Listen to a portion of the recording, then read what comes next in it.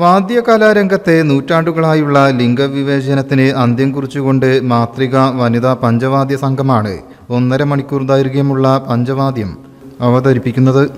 75 സ്ത്രീകൾ ഉൾപ്പെടുന്ന സംഘമായിരിക്കും കൊട്ടിക്കയറുക. Sopanam school of പഞ്ചവാദ്യത്തിൻ്റെ വാദ്യകലാ പഠന കേന്ദ്രത്തിൻ്റെ ഉദ്ഘാടനവും ചടങ്ങിൽ നടക്കും. പത്മശ്രീ മട്ടന്നൂർ ശങ്കരൻകുട്ടിമാരാർ, കരിയന്നൂർ നാരായണൻ നമ്പൂതിരി, മട്ടന്നൂർ ശ്രീകാന്ത്, മട്ടന്നൂർ ശ്രീരാജ് എന്നിവർ കെട്ടിടോദ്ഘാടനം നിർവഹിക്കും.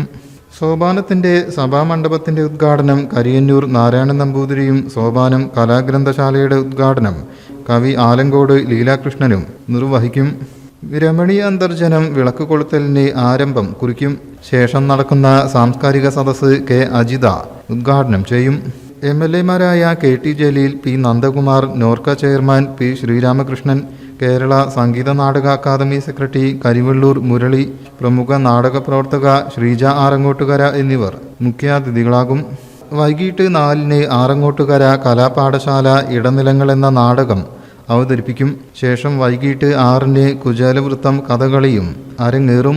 അന്താരാഷ്ട്ര വനിതാ ദിനത്തിൽ നടക്കുന്ന സ്ത്രീകൾ മാത്രം ഉൾപ്പെടുന്ന പഞ്ചവാദ്യം 64 കലകളെ പ്രതിനിധീകരിച്ച 64 സ്ത്രീകളെ ഉൾപ്പെടുത്തിക്കൊണ്ടാണ് പഞ്ചവാദ്യം അരങ്ങേറ്റം നിശ്ചയിച്ചിട്ടുള്ളത്. പക്ഷെ ഇപ്പോൾ അവിടെ 75ഓളം സ്ത്രീകൾ അതിനെ തയ്യാറായി കഴിഞ്ഞു.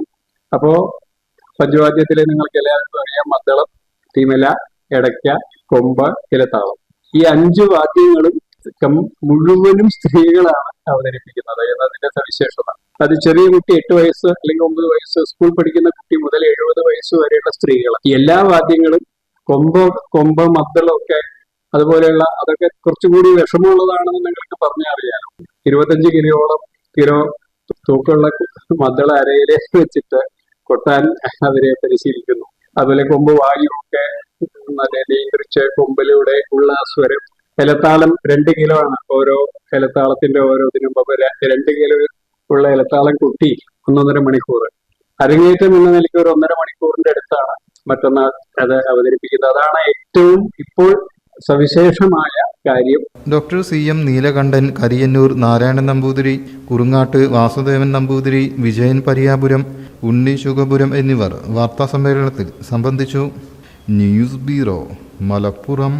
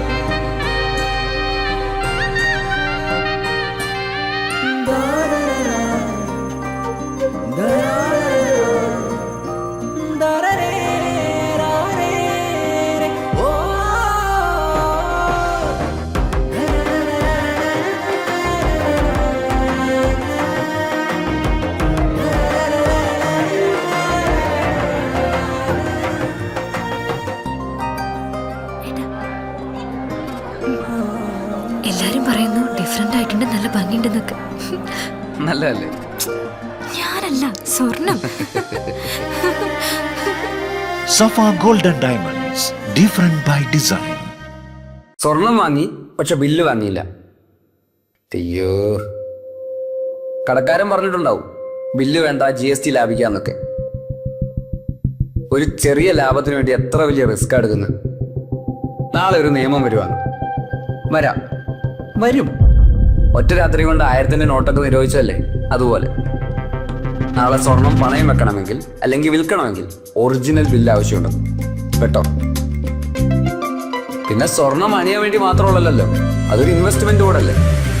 അതുകൊണ്ട് സ്വർണം വാങ്ങുമ്പോൾ GST നൽകിയെന്ന് ഉറപ്പുവരുത്തുക. Safa gold and diamonds original ബില്ലോടുകൂടി മാത്രം സ്വർണം വിൽക്കുന്നു. Safa golden diamonds, different by design.